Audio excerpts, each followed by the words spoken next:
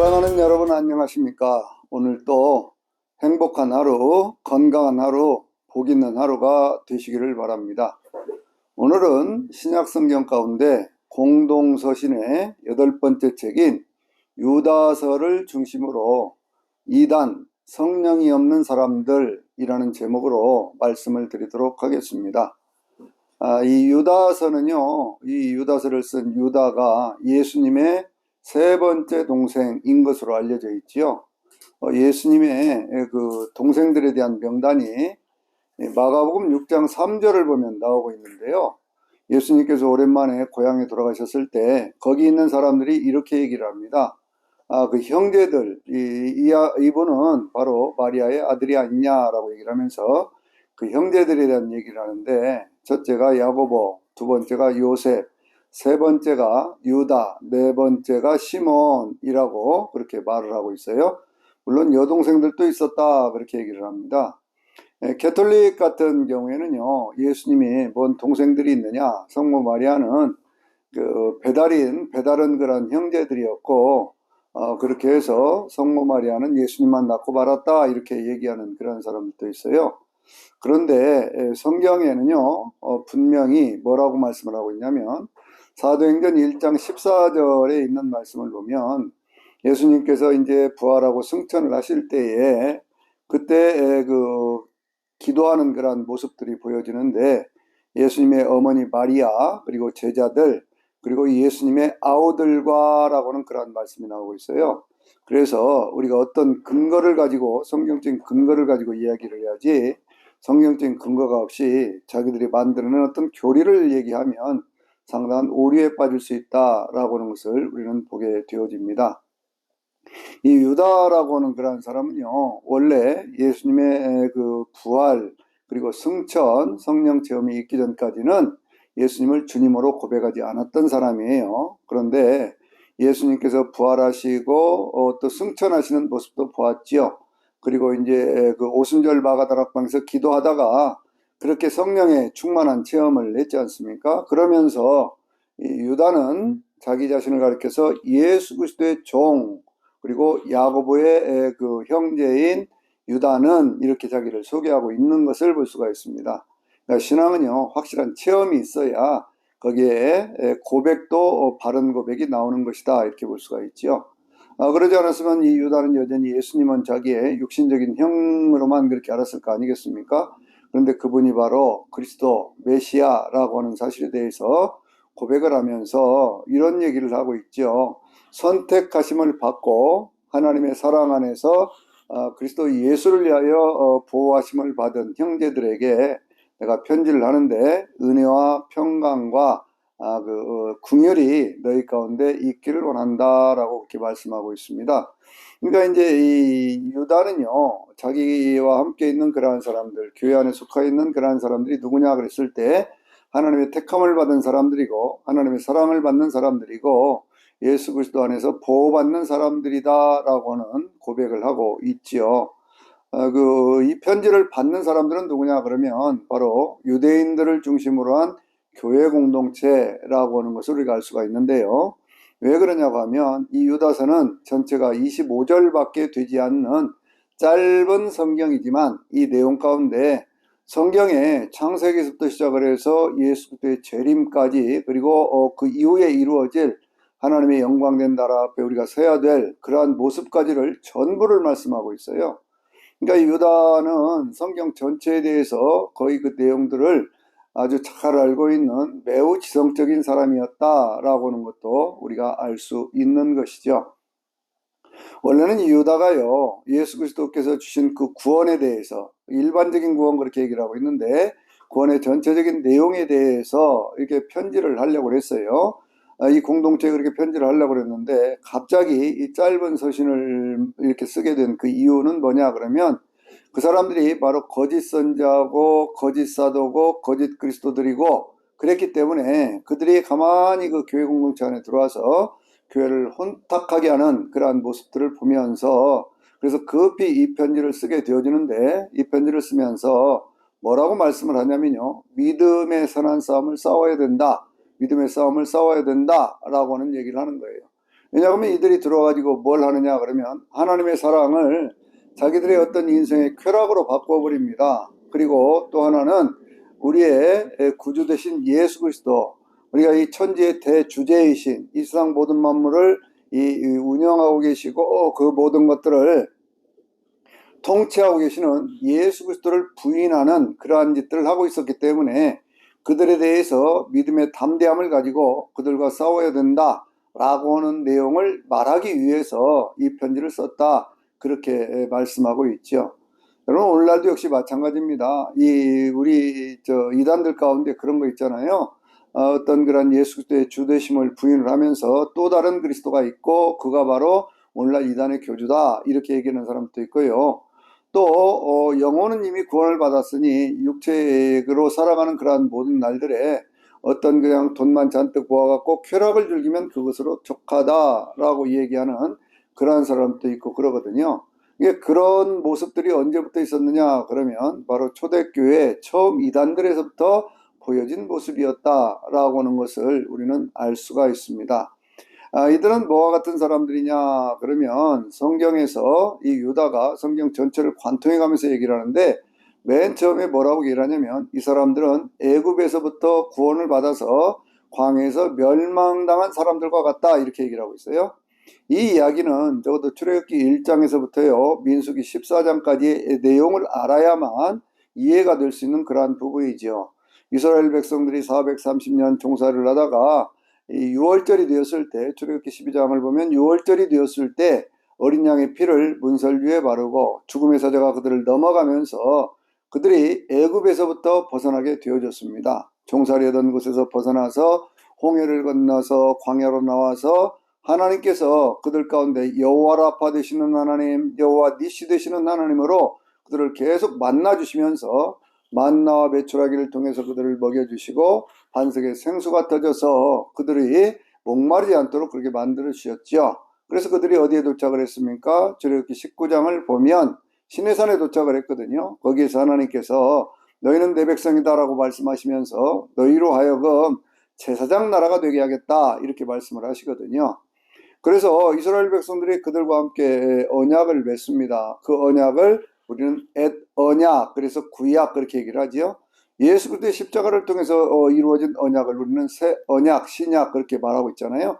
근데 구약 백성이 되어졌는데 그들이 그곳에 있으면서 하나님의 율법도 받고 또 성막을 지어가지고 그렇게 해서 이제 하나님을 섬기는 법도 알고 하나님께서 불기둥과 구름기둥으로 그들을 인도해 가시는 그러한 모습이 쭉 보여지지 않습니까? 민수기, 출애굽기 다음에 있는 민수기를 보면 이스라엘 백성들이 자기 백성들의 숫자를 쭉 씌어요. 그렇게 해가지고 거기에서 이제 60만이 넘는 그러한 사람들이, 남자들만, 장정들만, 20세 이상 된 사람들만 그 정도 숫자가 되어지는데, 이 숫자는 이스라엘 백성들이 출애굽을 했을 때 그 숫자하고 거의 엇비슷했던 그러한 숫자입니다. 근데 이 숫자가 왜 의미가 있냐면요, 그 다음에 이제 그들이 성막 봉헌식을 하고 하나님께서 그들을 가데스 바네아라고 하면서 인도를 하셔서, 그러니까 성막 만들고 그 시내산에 머물렀던 그러한 기간들이 한 2년 정도 되거든요. 그곳에서 이제 가나안 땅으로 들어갈 수 있도록 그 정탐꾼 12명을 뽑아서 들여보냈는데 그 중에 10명의 사람들이 거기를 40일간 정탐하고 와서 이스라엘 백성들을 아주 낙심을 시켜버리죠. 거기에 가서 보니까 정말 좋은 곳이긴 한데, 그런데 문제는 어디에 있느냐? 거기에 사는 사람들이 안악자손들이라는 거죠. 거인족들이라는 겁니다. 그래서 그 거인족들, 안악자손들이 살고 있는 곳이어서 그곳은 성이, 그들이 쌓은 성을 보니까 하늘에까지 다 있고요. 그들 앞에서 자기 자신들을 보니까 마치 메뚜기 같더라, 그렇게 얘기를 하면서 우리가 도저히 그걸 차지할 수가 없다고 사람들을 낙심을 시켜버려요. 그러니까 그들이 대성통곡을 하면서 막 모세와 아론을 원망을 하고 그럴 때 가운데 이제 여호수아와 갈렙이 그러지 않다, 저것은 하나님께서 우리에게 주신 땅이다, 저들은 우리의 밥이다, 이렇게 얘기를 하면서 그들에게 격려를 하지만 여호수아와 갈렙 두 사람이 이겨내지를 못합니다. 하나님께서 화가 나셨어요. 기껏 그들을 구해내서 가나안 땅에 들어갈 수 있도록 그 길을 다 열어주고 그곳에 가서 땅을 분배할 수 있도록 지도도 그려와라, 그렇게 얘기를 했는데 그들이 전혀 엉뚱한 말을 해가지고 백성들을 낙심을 시키고, 백성들은 그 이야기를 들으면서 오히려 하나님을 대적을 하니까요, 하나님께서 그때 하셨던 그 말씀이 있지요. 너희들은 이제 광야 생활을 40년을 해야 된다. 그러니까 2년간 시내산에서 머물렀던 그러한 기간, 그리고 또 그 가데스 바네아에까지 왔던 그러한 기간을 빼고 38년을 더해서 40년간 40일간 정탐을 했으니 하루를 1년으로 해서 40년간을 광야에서 유리 방황할 것이고, 그리고 20세 이상 된 사람들은, 그 모든 회중들은 광야에서 죽게 될 것이다 라고 말씀을 하시는 거예요. 바로 그러한 사건들이 이루어지게 되어졌던 것, 바로 그것을 먼저 예를 들어서 그렇게 얘기를 합니다. 두 번째는 뭘 얘기를 하냐면요, 자기 지위를 지키지 않고 하늘에서부터 하나님의 반역을 해서 쫓겨났던 자들이 무저갱에 갇히게 되는데, 캄캄한 어두움 가운데 그렇게 하나님의 큰 날의 심판 때까지 그곳에 갇히게 되어서 있게 될 것이다 라고는 그런 말씀을 해요. 이 내용도 이해를 하려면요, 성경 전반적인 어떤 그러한 내용도 이해할 수 있어야 되고요, 특별히 성경과 더불어서 유대 사람들이 많이 읽었던 그 에녹서라고 하는 것이 있거든요. 에녹서에 이와 같은 내용들이 나오고 있거든요. 그런데 이제 그러한 내용들을 보면 어떤 말씀들이 있냐면요, 먼저는 성경에 있는 말씀들을 근거로 해서 말씀을 드린다면, 하나님께 태초에 천지를 창조하실 때 천지, 우리가 그렇게 얘기를 하지만 그 영어 성경이라든지 혹은 원문에 있는 그러한 말씀들을 보면은요, 거기에는 뭐라고 말씀하냐면 하늘들과 땅 이렇게 얘기를 하고 있거든요. 그러니까 지구를 중심으로 해서 지구 바깥으로 있는 어떤 그런 뭐 새들이 날아다니는 어떤 스카이 같은 그런 공간이 있겠지요. 그 다음에 유니버스가 있겠지요. 그 위에 하늘, 또 헤븐이라고 우리가 얘기하는 그곳이 있는 것 아니겠습니까? 그곳에서부터 그렇게 하나님을 배역하고 반역했던 그러한 사건이 계시록 12장에 나오고 있거든요. 그리고 또 이제 이사야 14장 12절 이하라든지 에스겔서 28장 14절 이하에 그러한 말씀들이 나오고 있는데, 그거를 보면은요, 마귀가 그 계시록 12장에 있는 말씀을 보면 거기 이제 4절과 5절에 있는 그러한 말씀 가운데 마귀가 하늘에서 그 이름이 뭐냐 그러면 용으로 나와요. 큰 용이 있는데 머리가 7이고 뿔이 10이라 그렇게 되어 있거든요. 그것이 하늘의 별 3분의 1을 그 꼬리로 끌어다가 땅에 내던지더라 이렇게 말씀하고 있습니다. 근데 그 전쟁의 어떤 그런 모습들을 보면요, 하늘에서 전쟁이 있어요. 7절부터 8절에 있는 그런 말씀을 보면 미가엘 천사장하고 그를 따르는 천사들과, 그리고 이제 그 용, 앳뱀, 마귀, 사탄이라고 하는 그 사단을 따르는 그러한 부하들, 그것들이 그 서로 전쟁을 합니다. 서로 전쟁을 해요. 하늘에 전쟁이 벌어졌는데 이 마귀의 족속들이 이기지를 못하죠. 그래서 땅으로 내어 쫓깁니다. 마귀라는 존재에 대해 성경이 설명을 하기를 그는 밤낮 하나님 앞에서 우리 형제들을 참사하던 자라 그렇게 말씀하고 있거든요. 그 땅으로 쫓겨나면서 그때 땅으로 쫓겨났던 자들 가운데 마귀와 더불어서 아주 극렬하게 그렇게 했던 선봉에 섰던 그들이 붙잡혀서 그들이 들어간 곳을 가리켜서 무저갱 그렇게 얘기를 하는 거거든요. 오늘 이 유다서에 있는 말씀 보면 흑암의 장소 그렇게 얘기를 하고 있고요. 또 이 베드로 후서 2장에도 이제 이 유다서하고 거의 같은 그런 내용들이 많이 나오고 있는데, 거기 2장 6절에 있는 말씀 보면은요, 거기는 지옥 이렇게 묘사를 하고 있습니다. 이게 지옥에도 여러 곳이 있다는 거예요. 그것은 뭐냐면 성경에 어떤 죽은 자의 영혼이 가는 그러한 장소를 가리켜서는 음부 그렇게 얘기를 했지요. 누가복음 16장에서 부자의 영혼이 음부에서 뜨거운 불목 가운데서 고통을 당한다 그렇게 말씀하고 있고요. 또 어떤 장소에 대해서는 구약에서는 스올이라고 표현도 하고 있고요. 또 어떤 장면에서는 성경에서 오늘 그 본문이라든지 혹은 계시록 9장이라든지 혹은 이 계시록 20장 1절과 2절에 있는 그런 말씀을 보면요, 거기 어떤 말씀이 있냐면 하늘에서 천사가 내려와서 그렇게 큰 쇠사슬과 그리고 어떤 뭡니까 그 무저갱의 열쇠를 가지고 내려와서요, 엔용 햇뱀 마귀 사탄을 붙잡아서 그를 결박하여 무저갱에 던져 가두고 그 일을 인복하니 다시는 1000년 동안 만국을 미혹하지 못하더라 그렇게 얘기하고 있어요. 이 무저갱이라는 그러한 장소가 있어요. 악령들을 가두는 그러한 장소를 얘기를 합니다. 그 악령들을 가두는 그러한 장소에서부터 사단이 마지막 심판 때는 풀려나와서 20장 10절에 있는 그런 말씀을 보면은요, 거기는 뭐라고 말씀하고 있냐면 사단이 붙잡혀서 불못에 던져지니 거기는 짐승과 거짓 선자도 있어 그들이 세세토록 밤낮 괴로움을 당하리로다 이렇게 말씀하고 있거든요. 그러니까 여러 가지 차원에서 어떤 지옥의 실상에 대한 것들을 말씀하고 있어요.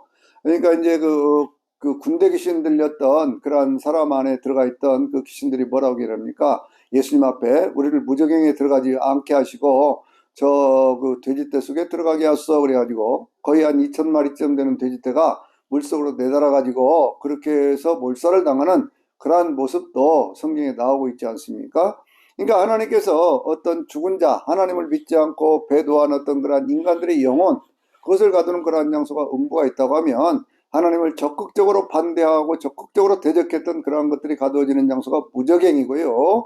그리고 마지막의 심판 때에 그 모든 자들이 들어가게 될 그 장소를 가리켜서 바로 불못 이렇게 성경이 말씀하고 있습니다. 근데 이제 이단에 속한 사람들 가운데서는요, 이 지옥의 존재를 부인하는 사람들이 있어요. 지옥이 어디가 있느냐 그렇게 얘기를 합니다. 왜 그러냐 그랬더니 하나님은 사랑의 하나님이신데 인간들이 불과 뭐 몇 년 세상 살면서 이 요구한 역사 속에 불과 몇 년 살면서 지었던 그 죄 때문에 세세무국토록 그렇게 죄를 지은 어떤 그것 때문에 벌을 받는다고 하는 것이, 고통을 받는다는 것이 그게 말이 안 되지 않느냐 그러면서 지옥의 존재를 부인하는 그러한 이단들도 있어요. 그러나 여러분, 우리가 분명히 알아야 될 것은 그와 같은 것들은 반드시 있다라고 하는 것들을 우리가 알아야 되고요. 그래서 살아생전에 하나님 앞에서 믿음 생활 잘해서 천국의 주인공이 되는 저와 여러분이 되시기를 바랍니다. 세 번째는 어떤 얘기를 하고 있느냐 그러면 바로 이제 고라 자손들에 대한 소돔과 고모라에 대한 얘기를 하는데요. 소돔과 고모라는 무슨 얘기를 하고 있느냐 그러면 소돔이라고 하는 것이 바로 동성애에 대한 그런 얘기 아닙니까?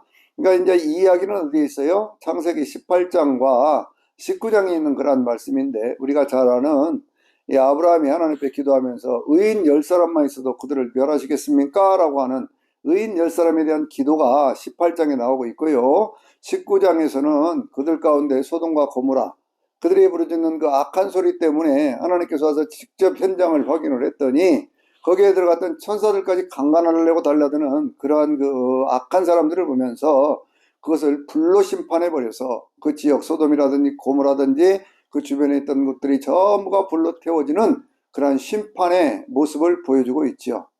마지막 심판을 얘기하고 있는 계시록에서도요, 나팔 재앙 가운데 첫 번째 재앙이 뭐냐 그러면 첫 번째 천사가 나팔을 부니까 하늘에서부터 피 섞인 우박과 불이 쏟아져서 땅 4분의 1이 태워지고 그리고 나무와 푸른 풀들의 3분의 1도 태워지더라 라고 이렇게 말씀하고 있거든요.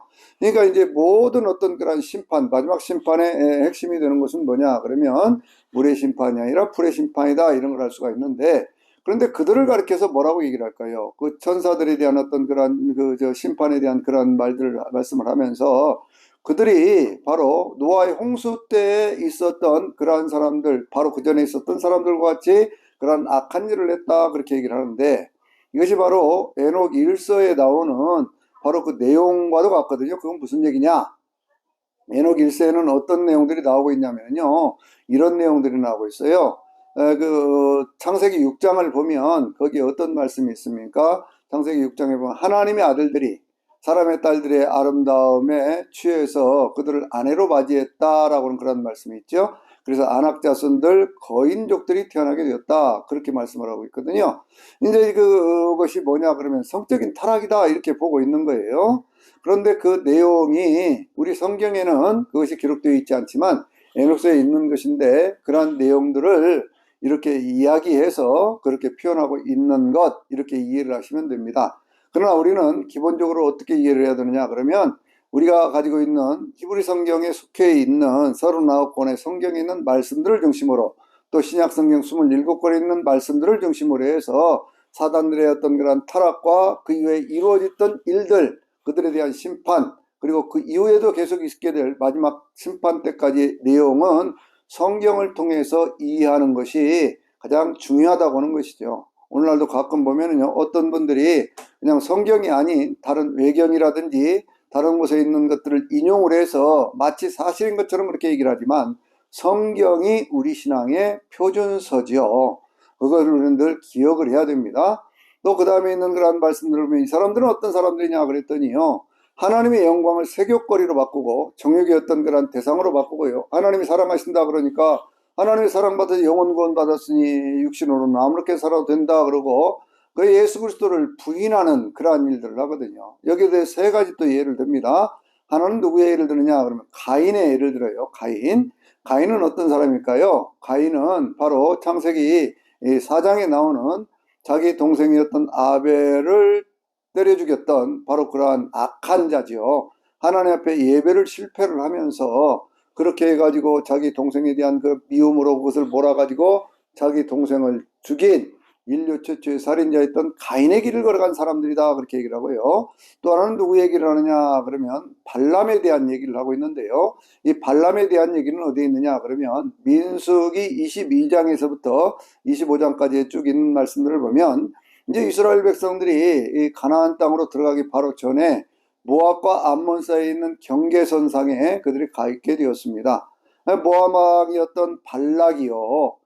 그들을 두려워하기 시작합니다. 왜냐하면 광야 생활에서 하나님이 그들을 도와주셨다는 걸 너무나 잘 알고 있거든요.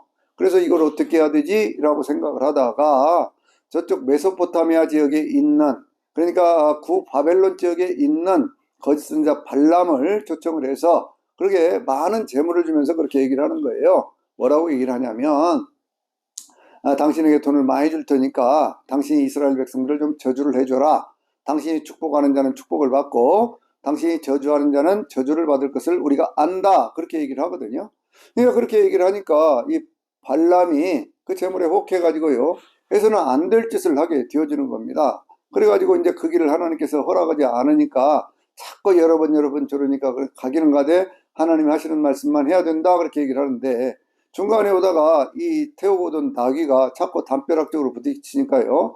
담벼락 쪽에서 발람이 화를 내면서 나귀를 막 때리죠. 나귀가 말을 하기를 시작을 합니다. 아주 신비한 대목인데요. 그러면서 내가 언제 당신을 모시고 다니면서 한 번이라도 이런 적이 있느냐?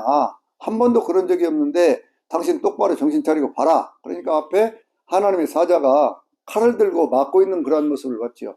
겁이 나가지고 돌아가야 됩니까? 그러니까 너 가도 좋은데 그런데 가서 하나님이 주시는 말씀만 해야 된다. 그렇게 얘기를 해요. 이 발람이 가가지고 자기가 할 수 있는 모든 술수를 다 쓰는 거예요. 제단을 막 한 10군데쯤 이렇게 만들어 놓고 그 10군데에다 재물을 놓고 재물로 하나님을 현혹시키려고 하는 그러한 짓도 하고 뭐 별짓을 다 합니다. 그러나 하나님께서 이스라엘 백성들 저주하는 것을 허락하시겠습니까? 허락하지 않거든요. 그러니까 이제 발람이 이거 안 되겠네요 하고 돌아가면서 그들에게 한 가지 계략을 가르쳐 줬어요. 그것은 뭐냐면 이스라엘 백성들이 광야 생활하면서 성적인 것에 많이 주리했을 것이다. 그러니 그들에게 어떤 여인을 보내가지고 그들을 미혹하게 하면 그들이 넘어갈 것이다. 그래가지고 시딤이라고 하는 곳에서 거기에서 아주 광란의 어떤 그런 섹스 파티를 벌이도록 그렇게 만들어가지고 이스라엘 백성들이 거기에서 큰 시험과 환란을 겪는 그런 모습을 우리가 볼 수가 있어요. 이 발람에 대한 어떤 그런 얘기를요. 요한계시록 2장에서는 바로 그 버가목 교회에 대한 그런 말씀을 하면서 그 버가목 교회를 책망하는 그런 말씀 가운데 내가 너희 가운데 두어 가지를 책망할 것이 있나니 바로 너희 가운데 발람의 교훈을 따르는 자들이 있도다. 그렇게 얘기를 하지요. 발람은 발락을 꿰어 이스라엘 자손 앞에 장애물을 놓고 그들에게 우상제물을 먹게 하고 음행을 하게 한 자로다. 이렇게 말씀하고 있거든요. 이 모습이 초대교회는요, 이세벨이라든지 혹은 니골라당과 같은 그러한 모습으로 교회를 현혹시키고 교회를 이렇게 그 잘못된 길로 끌고 갔던 그런 거짓 선자, 거짓 선생과 같은 그러한 모습으로 교회들에 만연하게 된 그러한 모습들을 우리가 볼 수가 있는 것이죠. 그래서 어떤 그러한 거짓 선자의 어떤 그러한 시족 가운데 한 사람이 발람이라고 하는 그러한 사람이 되어지는 것이거든요. 그래서 그 이야기를요, 한 가지 예를 들면서 또 한 가지 예는 누구냐 그러면 고라라는 사람의 예를 드는데 이 고라라는 사람은 어떤 사람이냐 그러면 민수기 16장에 나오는 그러한 사건이 있습니다. 이것은 이스라엘 백성들이 앞에서 제가 말씀을 드렸다시피 13장 14장의 사건에서 같은 민수기요. 거기에서 가나안 땅으로 들어가려다가 그 실패를 했지 않습니까? 돌아 나와가지고 막 원망을 하고 그러니까 그 원망하는 틈을 타서요. 이 고라도 사실은 그 다단이라든지 뭐 이런 사람들과 같이 바로 레위 자손이었거든요. 같은 레위 자손이에요. 모세나 아론과 같이 같은 레위 자손인데 그들이 왜 우리는 너희들 말을 들어야 되느냐, 너희들이 어째서 우리보다 어떤 어른 노릇을 하느냐고 막 반란을 일으키게 되어진 겁니다. 그러니까 거기에서요 하나님 앞에 엎드립니다. 그랬더니 그 고라와 함께 그렇게 반란을 일으켰던 250명이 함께 향로를 가지고 나오라 그렇게 얘기를 하고, 하나님께서 모세와 아론에게도 향로를 가지고 나오라 그렇게 말씀을 하지요. 그래가지고 이제 고라와 그 사람들이 그렇게 향로를 가지고 나오는데 그들에게 그 마치 싱크홀과 같이 진이 쭉 나오면서 그들이 표현하고 있습니다. 스월이라는 것이 뭘까요, 여러분? 구약이 말하는 지옥을 설명을 할 때 바로 스월이라는 그러한 단어로 표현을 하고 있거든요. 250명이 가졌던 그러한 그 향로의 그것이 전부 노쇠로 만들어졌는데, 노쇠로 만들어진 그 향로의 그것은 다 벗겨서 그것으로 제단을 쌓아라 그렇게 얘기를 합니다. 그래서 이스라엘 백성들에게 그것이 경고가 되게 하여라 이렇게 말씀하는 그러한 내용들을 우리가 볼 수가 있어요. 그러니까 하나님을 대적하고 하나님을 믿지 못하고, 그리고 자기들의 어떤 성욕이라든지 이런 것들을 채우기 위해서 오히려 종교적인 어떤 그런 것들을 배반하고 하나님 믿는 믿음을 배반해 갔던 그러한 모든 자들에 대한 얘기를 그렇게 하고 있는 겁니다. 그들은 늘 하나님의 영광을 그렇게 부인을 하고 그리고 조롱하고 비방하고 막 이런 일들을 하거든요. 그래서 그들을 가리켜서 뭐라고 얘기를 하냐면요, 이렇게도 또 성경이 설명을 하고 있어요. 유다가 다양한 어떤 그런 비유를 들고 있는데요, 뭐라고 말씀을 하고 있냐면 그들은 애찬의 암초가 되는 그런 사람들이다 그렇게 얘기를 하거든요. 애찬이라는 뭐예요? 교회 공동체와 함께 이렇게 뭘 이렇게 식사를 공동 식사를 하잖아요. 그러면 그들은 자기 배만 불리는 거예요. 자기들만 몽땅 먹어버리는 겁니다. 그러고는요 또 어떤 것을 하느냐 그러면 성경이 재미있는 표현을 하고 있는데, 자기 몸만 기르는 목자들이다 이렇게 표현을 하고 있어요. 목자의 행세를 합니다. 그런데 자기 앞에 있는 모든 교들을 자기 이익의 어떤 그러한 수단으로 삼는다 그 말이에요. 그럼 거짓된 자기 몸만 기르는 목자, 이것은 목회하는 우리 모두에게, 저와 같은 목사들에게 늘 경계가 되는 그러한 말씀이에요. 하여튼 그러한 모습으로만 보여질 뿐만 아니라 무엇으로 보여지느냐, 세상 가운데 있는 구름이 있잖아요. 구름이 떠돌아다니는데요, 구름이 비가 없는 구름이다 그렇게 얘기를 해요. 구름이 이게 뭔 소용이 있겠습니까? 더군다나 팔레스타인 같은 데는 비가 오지 않으면 농사를 짓지 못하는데, 구름은 떠다니는데 비가 없고 그렇게 얘기를 하죠. 또 뭐라고 말씀하냐면 뿌리가 계속 말라버려서 가을철이 되었는데 열매가 없는 나무 같다 그렇게 말씀하고 있어요. 여러분 이거 되겠습니까? 열매 없는 나무. 예수님께서도요 이 예루살렘에 이렇게 입성을 하실 때 열매 없는 무화과 나무를 보고 저주하셨던 그러한 모습이 성경에 나오고 있잖아요. 그러니까 때를 따라서 열매가 있어야 되는 거예요. 신앙에는 열매가 있어야 됩니다. 잎만 무성해서는 안 된다는 것이죠. 근데 뿌리가 마르고 말랐다고는 그런 말씀은 하나님 말씀에 뿌리를 내리지 않고 엉뚱한 곳에 그렇게 뿌리를 내리다가 그러다가 어떤 그 같은 모습을 보여줬다 그런 것이고요. 또 하나는 아주 바다 가운데서 파도가 치고 물결이 일면서 어떤 그 암초 같은 데 부딪히면 그냥 팍 하고 큰 물결이 일어나지 않습니까? 그러나 그것은 아무런 의미가 없는 것이거든요. 그러니까 아무 소득도 없고 아무 의미도 없는 그러한 자들이다 이렇게 말씀을 하면서, 그들은요 이 캄캄한 어둠 가운데 유리하는 별들과 같다 그렇게 얘기를 하고 있어요. 참 기가 막힌 그러한 표현 아닙니까? 캄캄한 어둠 가운데 떠돌아다니는 별. 여러분 이 별이라고 하는 그러한 표현이, 그것이 성경에서는요 어떤 때에는 천사들을 상징하기도 하고요, 어떤 때는 성도들의 모습을 상징하기도 하거든요. 다니엘서 같은 데 보면 이런 말씀이 있잖아요. 다니엘서 12장에 보면 많은 사람들을 옳은 길로 인도한 사람은 저 하늘의 별과 같이 영원히 빛이 나리라 이렇게 말씀을 하고 있거든요. 그러니까 이 예수님께서 그 계시록에도 있는 말씀을 보면은요, 계시록 1장 19절 20절에 있는 말씀 보면 예수님께서 오른손에 붙잡고 있는 그 별들이 뭐냐, 바로 그들이 일곱 교회 천사들이요 라고 말씀하고 있거든요. 사자들이요 라고 말씀하고 있거든요. 그러니까 바로 그와 같은 표현들을 통해서 이 별이라고 하는 것이 성경에서 어떤 의미를 가지고 있느냐 그게. 그런데 그 별이 하늘에서 빛을 내는 것이 아니라 떠도는 별, 그렇게 되면 되겠습니까? 우리 인생이라고 하는 것이요. 그래서는 안 된다라고 하는 거 우리가 늘 생각을 해야 되겠죠. 그들은 어떤 존재냐 그러면요, 늘 어떤 그 정욕에 쌓여가지고요, 그렇게 해가지고는 늘 분열을 일으키면서 성령이 없는 그러한 자들로 이렇게 역사하는 것을 볼 수가 있어요. 성경은 그렇게 말씀합니다. 그들은 분열을 일으키는 자들이요, 그러면서 늘 어떤 그러한 그 정욕에 쌓여있는 그러한 자들이면서 자기 자랑을 하는 그러한 자들이고, 또 더 나아가서 어떤 그 육체에 속한 자들이기 때문에 성령이 없는 자들이다, 이렇게 말씀하고 있어요. 여러분, 우리가 이거 잘 생각해야 됩니다. 그건 뭐예요? 우리가 살아가는 인생살이에 있어서 예수를 믿는데 성령이 없다, 말이 되겠습니까? 그러니까 오늘날 이단에 속한 사람들이 별별 소리를 다 해도요, 그들은 뭐예요? 육에 속한 자고 성령이 없는 자다 라고 하는 거 우리가 늘 기억을 하고요, 그 하나님 앞에서 바른 믿음을 가지고 그렇게 살아야 될 줄로 믿습니다.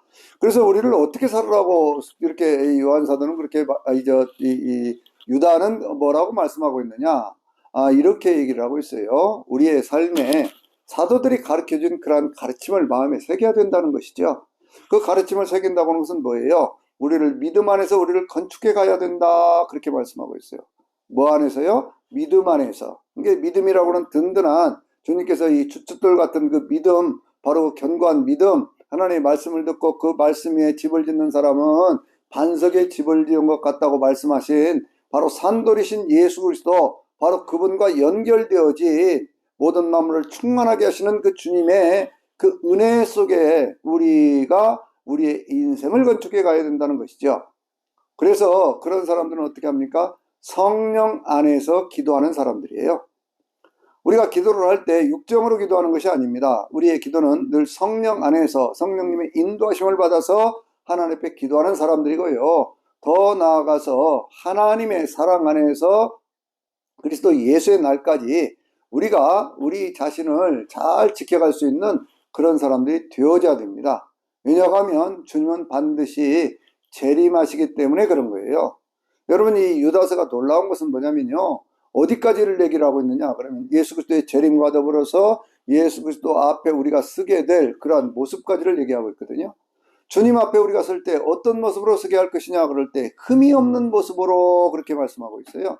그러니까 세상을 살면서 여러 가지 많은 일들이 있습니다. 그러나 믿음의 선한 싸움을 싸우고 끝까지 승리를 하게 되면요, 우리가 주님 앞에 쓸 때에 우리의 삶의 전체적인 그러한 모습들은요, 결국 그 흠이 없는 그러한 모습으로 하나님 앞에 서서 영생복락을 누릴 수 있는 그러한 사람들이 되어지는 것이지요.